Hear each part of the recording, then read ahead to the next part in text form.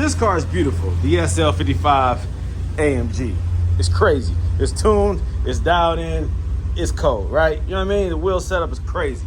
Who has concave front wheels like that? Okay, but this right here, this might be one of the most beautiful cars ever built. Why do I say that? Well, first of all, it's the coupe version of the S-Class from 2000 to 06. Look how long that thing is. All right, now this is the wide body kit. This is the Black Series CL55 wide body that you see all over YouTube and the internet, right? Because it's the only wide body CL55 AMG in the US that I'm aware of, right? This body kit comes from Poland. I did all the work myself, including the paint work. It's a lot of work, guys, so don't think it's just a buy and apply kit. Nah, it's a lot of modification. But anyways, this right here is one of the most beautiful cars. Now, it's unique because you don't see many other CLs on the road in the first place, let alone a wide body CL. All right, I'm gonna do a little walk around, don't worry about it. But look at the new Mercedes that they're building. Look at the new GT. Look at the 2027 GT. Say hello to Mercedes-AMG's new electric future, the Mercedes-AMG GT 4-door coupe. This is AMG's first full electric car. That thing is ugly. Now, it is electric, but it's ugly. And they have lost a lot of the beauty that Mercedes is known for. Even a customized job like this does not take away from the originality and the beauty of this design. This is a beautiful, beautiful example of a customized Mercedes that never will go out of style. And this thing, of course, has long MBH long tube headers. It has custom work done to it. You know, tuned, smaller supercharger pulley. It is a compressor motor, the M113K, but it is a very powerful car. So we're already looking at 600 horsepower. This thing is a beast. It's very, very, very fast, powerful, beautiful, and will never go out of style. Now, if you feel like I did too much with this one, okay, all right, well, let me show you something. All right, if you like the original design, that's cool. We can do that too, because I have here the CL600 that has not been touched regarding the original design. It is a very beautiful car factory. You cannot go wrong with a CL, but if you are going to buy one, you have to make sure that it's been maintained and that it's been cared for and that it doesn't need a whole bunch of work. This right here is a beautiful example of a original design CL600. The body lines on this car never goes out of style. Mercedes built cars that never go out of style. Matter of fact, if you like that, look at the old school 500 SEC, 1985. I mean, these cars just never go out of style. Oh, you like that? Well, look at the 560s. You see, these cars are beautiful. Mercedes used to build cars that always look good. See if I can squeeze through here and get a better view. It's a beautiful car. This is what a Mercedes is supposed to look like, something classic, something that never goes out of style. They were not trying to imitate or keep up with other car manufacturers when it came to design. They knew what they were building.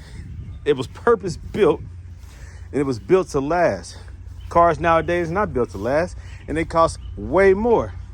They're competing now with Chinese manufacturers, Korean manufacturers, not just German manufacturers. America, they don't really have any cars right now that really compete with the Benz, you know? But when it comes to luxury, there's other brands that are known for that. Audi, like I said, BMW, Jaguar, kind of, sort of. You still got the Lambos, you still got the Bentleys, you still got the Rolls Royce. Did I say Audi? Yeah, it's a couple other car manufacturers out there that do make nice luxury cars. But like I said, you got the Korean cars, you got the, I don't know, what do you call them? Genesis. What else is out there? I don't know. You still got Lexus. You still got a lot of other car manufacturers that make nice cars. But nowadays, everything is starting to look the same. Now, they've gone a little more rugged now with some of the new Range Rovers. Some of the Toyota SUVs are starting to look real rugged. Even the Lexus SUV looks real rugged. I think BMW has some kind of design out there that looks real rugged, kind of like a G-Wagon, you know what I mean?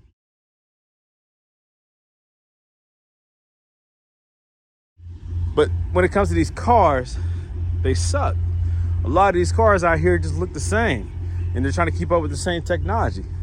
And they're putting the same kind of computer software, the same oversized screens inside the car so much that you can't even pay attention.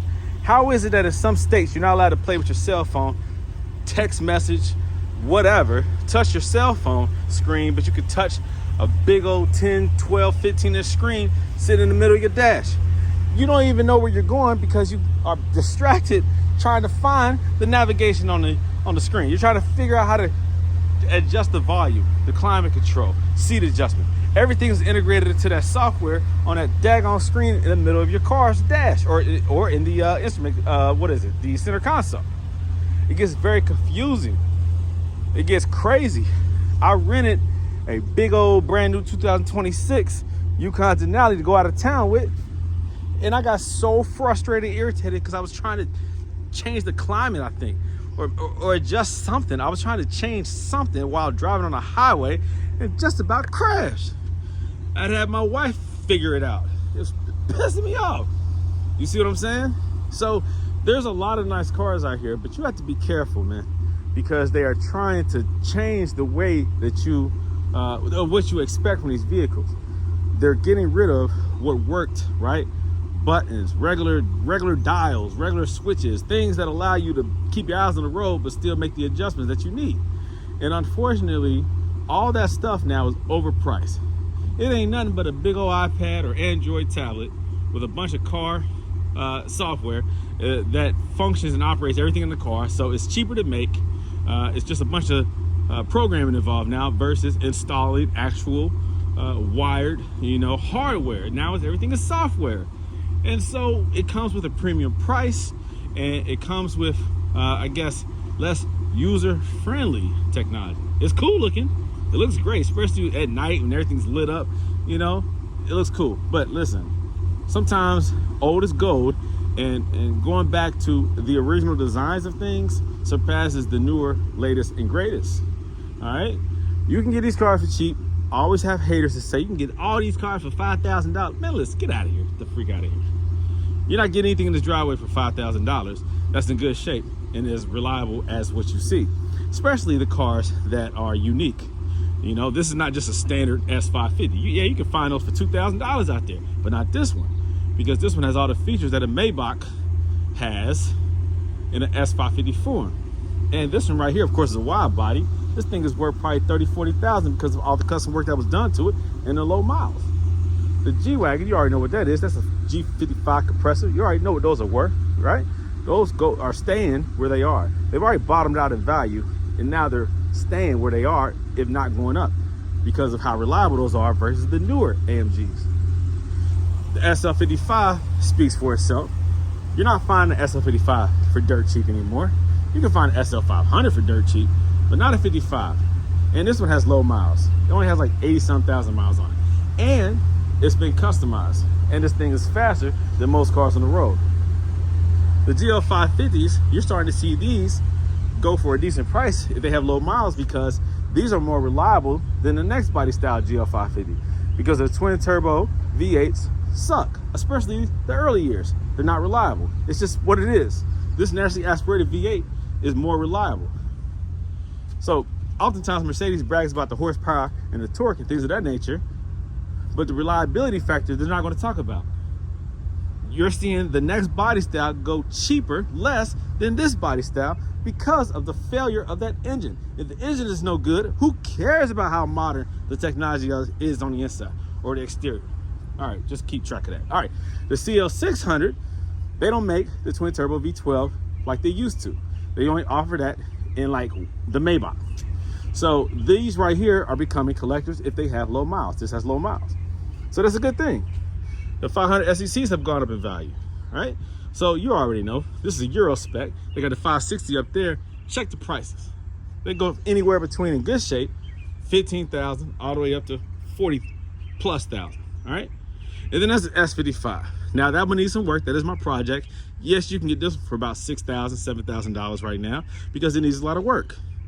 But when these are in good shape, they sell for about 15. Anywhere between $10,000 to $15,000 is what you'll get an S55 for if it has low miles and has been taken care of. And again, that's an AMG.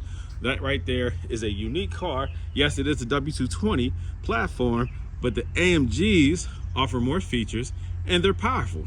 and they're fun to customize. And that's like a car I'm having fun with, you know, once I get around to it. Why am I over explaining myself?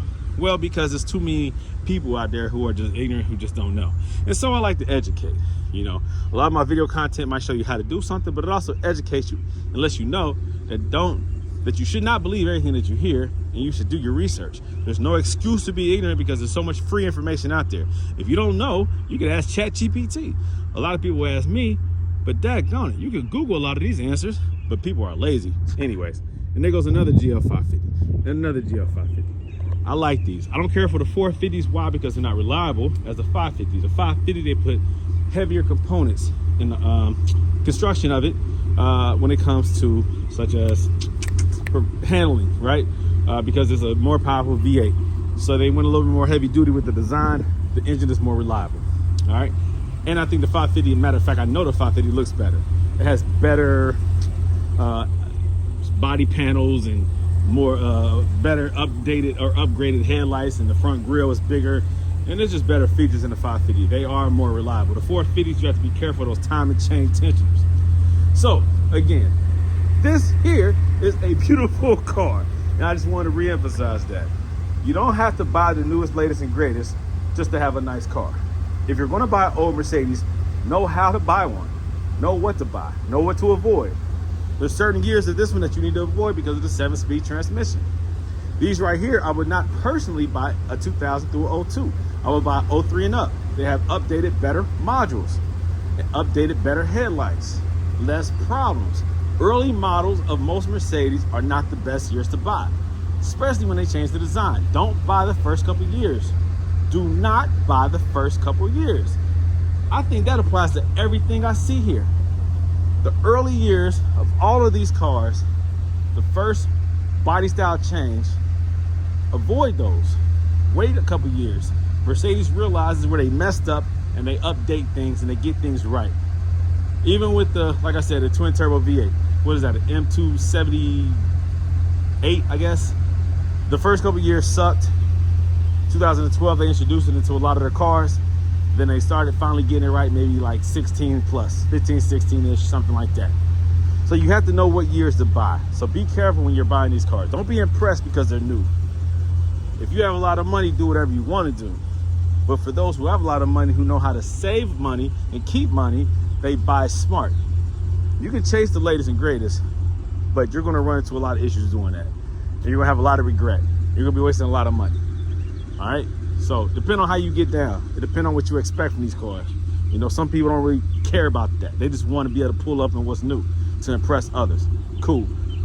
If you live for others, you got to ask yourself, do you really have purpose? Now, if it creates content which creates money, if you can monetize off of keeping up, cool. Most people cannot.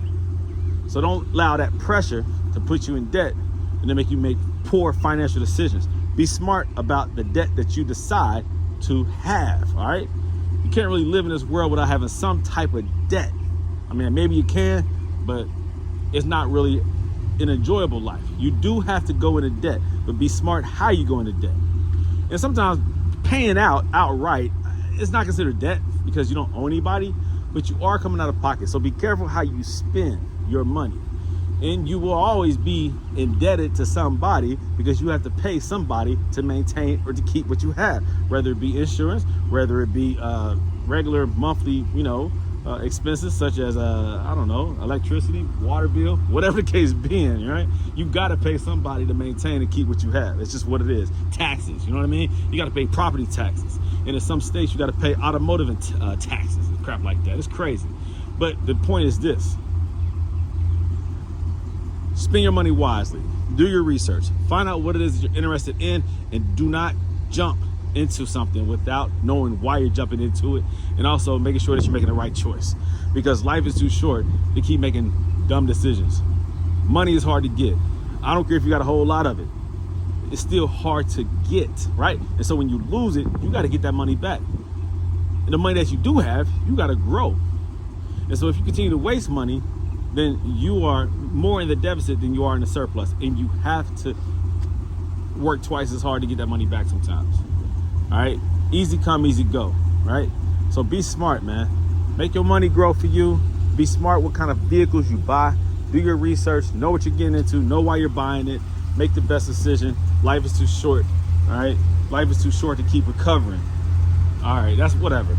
The point I'm trying to make is this, man. Mercedes makes great cars. Know which ones to buy. Old as gold, baby. Thanks for listening to my rant this morning, man. Appreciate you guys. Talk to you later. If you have any questions, hit me up. I have a project I'm about to start doing. I'm about to change all the audio inside of this SL55. I'm about to pull all that Mercedes stuff up out of there, and I'm about to put some super, super high-end nice stuff.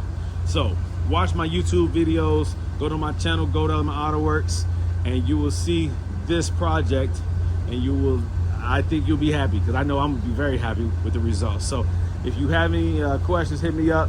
You can always reach out to me directly. Go to my website, www.goldelementautoworks.com. I'm always adding new products to that. If you need coilovers, I'm the man. Hit me up. I'll even guide you through the process. But order through me, you get free shipping. All right, some of my prices on other products are a little bit inflated because I come along with the product. You might say, oh, I can get that cheaper elsewhere, but guess what? Once you buy it, that's it. There is no customer service. They don't care anything about you, but guess what? I do. All right, you know what I do. Brandon Green, owner of Gold Autoworks. I'll be in touch.